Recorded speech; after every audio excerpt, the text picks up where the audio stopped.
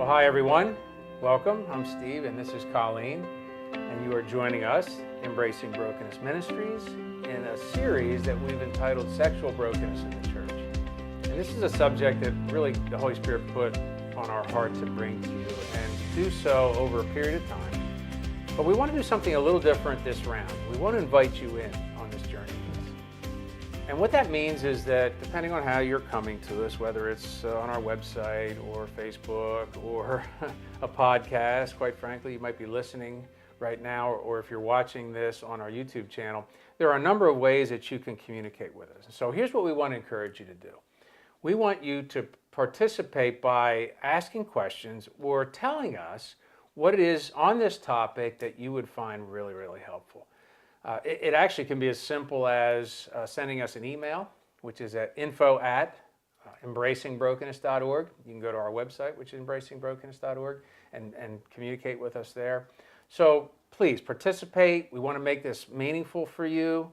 And so what I want to do to start, I just want to kick this over to Colleen. So tell us a little bit about what we hope to accomplish here in the next maybe 15 or 20 minutes. Yeah, well, today, I think we really had three things we wanted to talk to you about, and just following up on the theme from last time, but kind of going a little deeper, that our sexual brokenness is actually meant to destroy the gift of sex within marriage. And you'll find that, we're kind of calling things sacred sex and unsacred sex. Unsacred sex is anything outside of God's design, and Satan is so intentional to break down our relationships, and especially our marital relationships, by what happens even before we even enter marriage. And so that's one of the things we want to talk a little bit about today.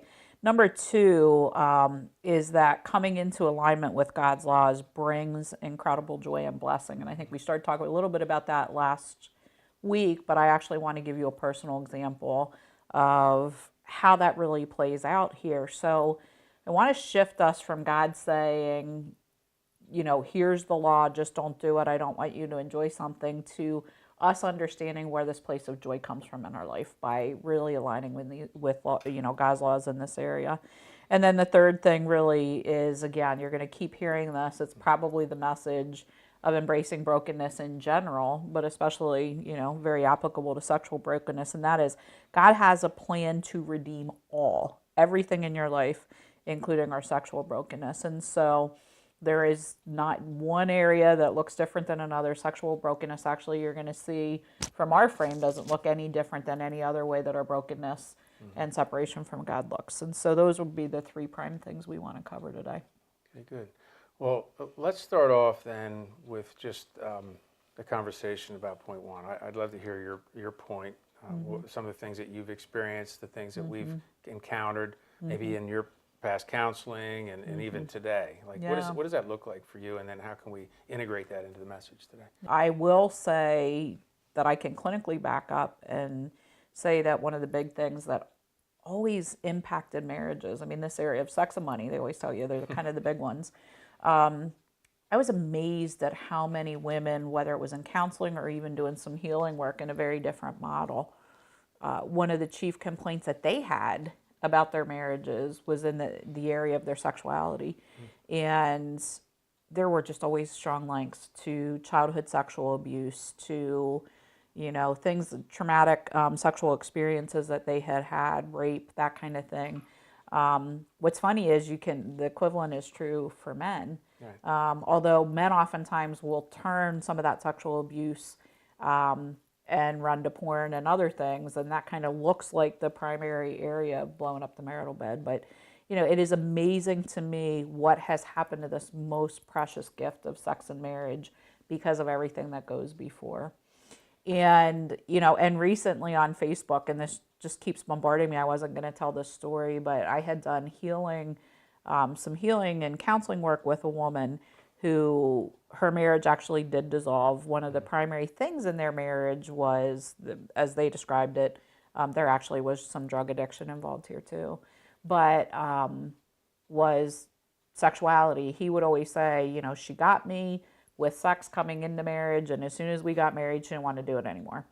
And she clearly didn't. And I can remember us doing some counseling work, and this woman had severe sexual abuse in her life. And so, Some of us, and you'll hear in my journey, sexual abuse, early childhood sexual abuse really gives a message to us that this is all we're good for. It is a very confusing thing. We kind of go along to get our deeper needs met, and then all of a sudden you get married, you have safety, and this beautiful gift has been completely destroyed. So for some reason, that just keeps coming to me as time and time again. I see people get on Facebook. They hold this huge sexual image out there, be attracted to me because of the sexual thing. And yet I know from work that I've done with them that they're not at all interested in sex within marriage. It's been a real problem for them. And so you have this dichotomy of this highly sexualized culture, really bad things happening to us that so distort the way that we get our own needs met, and then comes into the marital bed and there's nothing left of this beautiful gift. Yeah. So for me, going back, and I'll tell a little bit of my journey, at about the age of 6, sexual abuse entered my life. And not to get into a lot of the gory details, that's certainly not important, but I had multiple people, not internal to my family other than a cousin, but boys in the neighborhood, and just I felt like I was a sexual plaything for a variety of different people. And as a result, developed incredible walls around protecting myself. And this whole thing of protection, I quickly came to believe that if I didn't protect myself and have walls and only let people in so far, nobody else was going to protect me. Even my father, who was a strong man, couldn't protect me from this. And so it was amazing that it spoke that I couldn't be protected on one hand. The other interesting thing, though, was that it sparked this incredible curiosity. And I think one of the things that even took me years to get through a lot of counseling was that when people groom you, in this area of sex, and most people have had sexual abuse have actually been groomed, there is so much pleasure. People don't groom you in a way that's painful. It makes you not want to do it. But they entice you with relationship. They entice you with feeling pleasurable. And it's just so difficult for us to untangle that as we go into our teenage years. Fortunately, I did not fully lose my virginity outside of sexual abuse until I was 19 years old. Not that that's not a good thing either, but at least I didn't have the early teen years where that really can be so distorted as we're kind of coming into our own and we don't understand. And so the violation of purity outside of our control or even understanding, from a young age is really a problem. I would say for me, as I look back, and Steve, I'm going to kick it over to you to just talk about, again, we don't view sexual brokenness any different than we look at any other kind of brokenness. For me later on in life, in my story, I became a workaholic looking for significance. And I really don't view that as any different than people I sit with who have been addicted to heroin. My high of working and putting work in the God spot that only belonged to God is no different than somebody putting a needle up their arm and shooting up, and using the drug as something they put in to numb their pain. And so you're going to hear about that, as we talk about the tree and just our model of where brokenness comes from and some of the flags that show up. But for me personally, I think the childhood sexual abuse and then growing up in a family, with some distorted role model of my father and, a very religious home where where women were supposed to be barefoot and pregnant. I really got some images that my job was to make a man happy. Got really confusing as I started to come in, to my college years, my young adult years, and was looking for significance. And what I've later learned, I was looking for protection. The thing that I could never gain was the thing I was looking for in my first, the first guy I ever fell in love with. I was looking that this man was going to be my protector and wipe out some of the things, that had happened earlier on.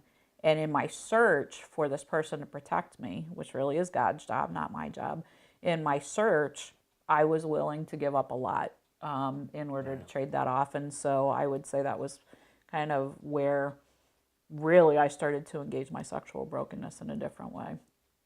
And I'm wondering, if you could just explain the model of the tree so people can even understand how we even started to look differently about our own individual brokenness. Yeah, I think I can do that. So I'm going to show you an illustration. This was actually a charcoal that we had commissioned. Actually, Colleen, God was really clear in a vision to her how to illustrate this whole concept that we're explaining to you. So I want to take just a couple minutes to show you this, and I'll actually put it up on the screen so you can see it a little closer. But let's start at the roots, because you mentioned something about your core longings, okay? And what's depicted in this tree, and you can see it's pretty barren, so there's not a lot happening here that's real positive right now. But we also refer to this in another way. We say the tree is me. So the tree is me. Its tree is you. The tree is all of us. But when we think about our core longings, those places in our life that really were only met by God in the garden. It was meant to be that way for eternity, and of course sin entered in and everything changed.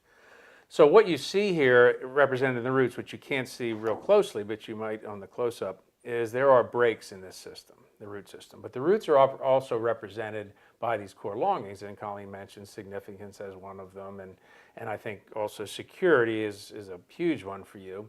Significance for me, no doubt, and I can explain that another time. But the breaks in those root systems are represented by wounds and traumas and things that happen to us in our life. And as you mentioned, what occurred in your particular situation had a huge impact on how you viewed yourself and viewed God, right? So those breaks, those wounds have created this inability, if you will, and the heart represented here is, I think, twofold. It's our heart, but it's also God's heart for us.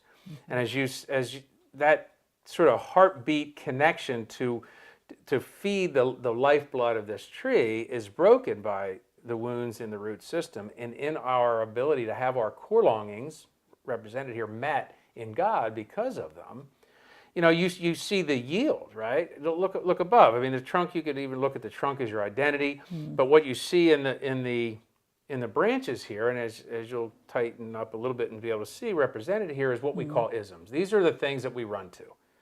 All right, instead of getting our core longings met in God, we run to something else. Now, there's a series on sexual brokenness, okay? So clearly one of the branches in this tree is sex, okay? Or relationships even. Now, what that looks like in different relationships can come out in some really bizarre ways. And of course, the ones that you might expect, which are, drugs, alcohol, other abusive behaviors, we call them dysfunctional behaviors, but they are sin. It's sin. It's pure and simple. It's sin. Because what we're doing is we're chasing down another option, an alternative, different than what God intended for us, to fill that spot that only He wants to fill. So represented here is just that. In my case, and Colleen mentioned workaholism, yeah, for me that was very similar. Like my need for significance, I felt, the only way to have that met was to run down, the bigger my balance sheet, the better off I was. But for each of us, there's probably a number of these things that take place, right? Yeah. I mean, the sexual brokenness part of this is one, and if we can fix one, sometimes we run to another. Or if God heals us in one area, we move somewhere else. Yeah. So this is a great representation. I wanted to show this to you of brokenness in its purest sense, what really takes place. The good news is that there is healing available. We'll get to showing you what was depicted in another tree to sort of see how God and how Jesus heals those wounds. So that's, I think, a really good general explanation. So why don't you go a little bit further into this for us, if you will? Yeah, I mean, another point that we had is that coming into alignment with God's laws brings incredible joy and blessing. Some of my friends probably will watch this, and because I was not gifted with children of my own early on, I had worked with court adjudicated youth, and I can remember saying to the Lord, why am I not having kids? And clearly, He's like, I'm going to bring a lot of kids into your life, and quite frankly, the kids I'm going to bring into your life. Would you really have a nice little Christian baby or multiple babies running around with kids that are coming in talking about their drug use and, cursing up a storm? And I was like, yeah, no, I wouldn't have that around when these kids show up on my doorstep and, we're up talking to them till 2, 3 in the morning. that wouldn't be a good influence. And so God just said, are you willing to lay it down? I'm going to bring you the kids I'm going to bring you. And so I laugh at the relationships I've been able to have with people who call me spiritual mom, second mom, aunt, and so a lot of kids have come through my life. And one of the things they always tend to come to me is when their parents are like, can you talk to them about sex? I'm like, oh my goodness gracious. Yes, of course I will. Like, let's have the conversation, because somebody really needs to embrace a healthy conversation. And it's funny because since Steve and I got married, and we have a video of our journey of how we came together, it's really interesting. I have a comparison that actually shows me what coming into alignment with God's laws look like. And so I want to share that with you. I want to share that to all young women prior to marriage who are going, what would be the reason I would wait? Not even just address my brokenness, but what would be the reason that I actually would wait? What is this gift in marriage? And so I was actually married before my husband passed away almost 4 years ago now. And so Steve is a second marriage. And what's interesting is that my first husband and I did not wait until marriage, to have sex. And so, on my wedding night, it was nothing spectacular, for the people who are waiting and kind of get this incredible gift. That didn't happen for us. We had already kind of opened that gift. But what was really interesting to me was that sex was much more exciting, if I'm honest, before I got married than it ever was after I got married. Like, kind of the fun and all of the spontaneity, all of that was gone after marriage. And so I kind of lost the beauty of that gift in my marriage. And what I didn't know until later on was I lost a huge blessing. And here's the blessing. When Steve and I got together, God had told me I never wanted to marry again. And before my first husband died, I actually knew I was going to marry again, because God had clearly showed me that was going to happen. And as I was kind of negotiating with him, he told me he was bringing me a protector. And anybody who knows me, I'm fiercely independent. The last thing I needed was some man protecting me. So that just sounded crazy. Remember, I'm a little girl, tough shell. I got to protect myself. No me, and I can support myself, whatever. And that pretty much played out through my first marriage. And then through a series of events, I surrendered to God to say, okay, first husband prayed, said, Colleen, you're going to marry again. You're going to know the guy. And so what does he do but bring me my first husband's best friends through his college and growing up years. And what was interesting was when we got together, and at the point we knew that we were getting married, which happened pretty quickly, Steve was just like, came in and was a protector for something I said I never even wanted. He came in and he showed me what protection looked like. And protection, and I can remember, a conversation where I was just really afraid. Like, I'm like, I don't know if I want to do this again. I'm not really sure. Guys are a really good thing. And I'll never forget you coming in and making some commitments to me and just saying, here's who I am for you, and how I'm going to guard you and protect you. And it's all about you. It's not about me. I'm laying my own needs down. And here's the commitments I make right up until marriage. So it's like vows before the vows. Girls, listen for the vows before the vows. They're really important in how a man is actually going to be able to lay down his life later for you, which you really want to have happen. He will show that to you in your dating relationship. If he is full of other-centered love, he will only be concerned about you. And that's what Jesus did for us, and that's the model of manhood, is lay down your needs. And so I remember hearing that language and going, I feel protected, and I didn't even believe a man could protect me. And what was really interesting, we get up to our honeymoon night. And so like we had purity up until our honeymoon night. And I will never forget, after our honeymoon, just going, this is totally different. Like entering into covenant relationship feels totally different. And I did it both ways. So I can tell you the wrong way felt a certain way, but the right way was unbelievable. And in this area of our sexual relationship, what is so amazing is there is such a gift of protectedness and this renewal of covenant every time we come together. And I have the other comparison I have that's crazy. I don't doubt for a minute that Steve is going to be faithful to me. And that's faithful not just sexually, but it's faithful that he's coming back for every argument. It is faithful that he is going to put my needs ahead of his. It is a overall faithfulness, which I actually do think sex represents to our relationship with God. There's really crazy parallels of what purity means, of purity of heart. And I can contrast to what happened in my first marriage. I never sat in this incredible sense of Bob's always going to be faithful. Bob's coming home. Bob's not looking at other women. Bob is not going to fulfill his own needs and not worry about mine.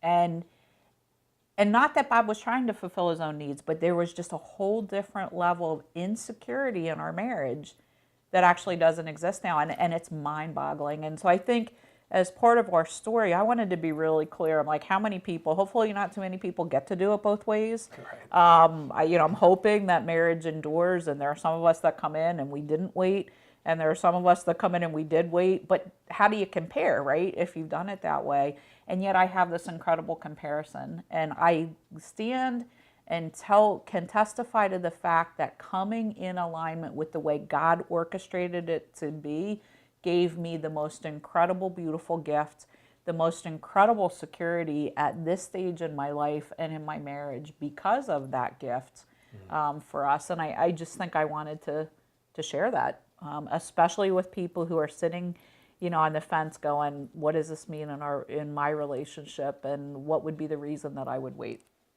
And you brought some amazing advice to the single women and men out there by what you said, but I also want to reinforce to many of you who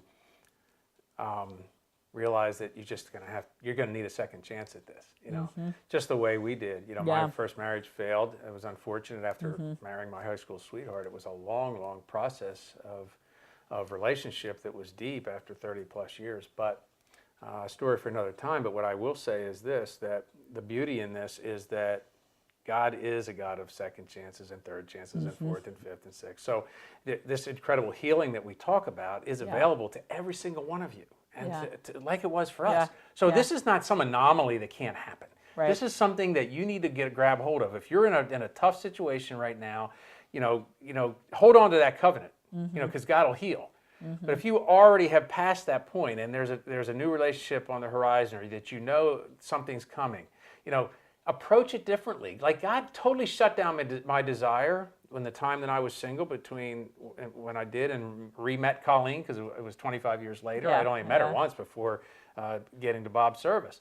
But God shut down a desire in me to do anything other than to wait and to be present and the protector that she talked about. It wasn't all that difficult because my healing journey took me through this other process that got me to a place where I could connect with her and we were ready. And God was the complete orchestrator. He was the conductor of this beautiful orchestral piece. Okay, so He could do it for you just the way He did it for us. So we're nobody special. Okay, right. Let's put it that way. Okay, so what I love about how we're wrapping things up here is that, and I'm going to show it to you depicted in this other tree, this is what it looks like. Now, let's face it, we'll never be perfect. This side of heaven, we're working towards this. Yeah. But what I love about what this depicts, and you can see the bright red and a tree that's absolutely alive. And again, I'll put it up on the screen here. But what you can't see here is in the root system where those breaks were in the past, the wounds, there's a cross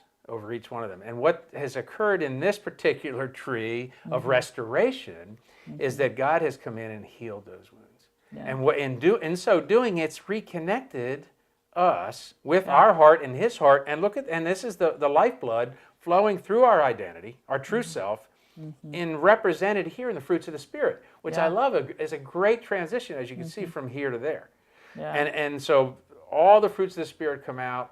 Some of us have different fruits than others, and that's fine, but it's all available to us. So I just wanted to show you that real quick and say this, that, I'm glad you're along on this journey with us.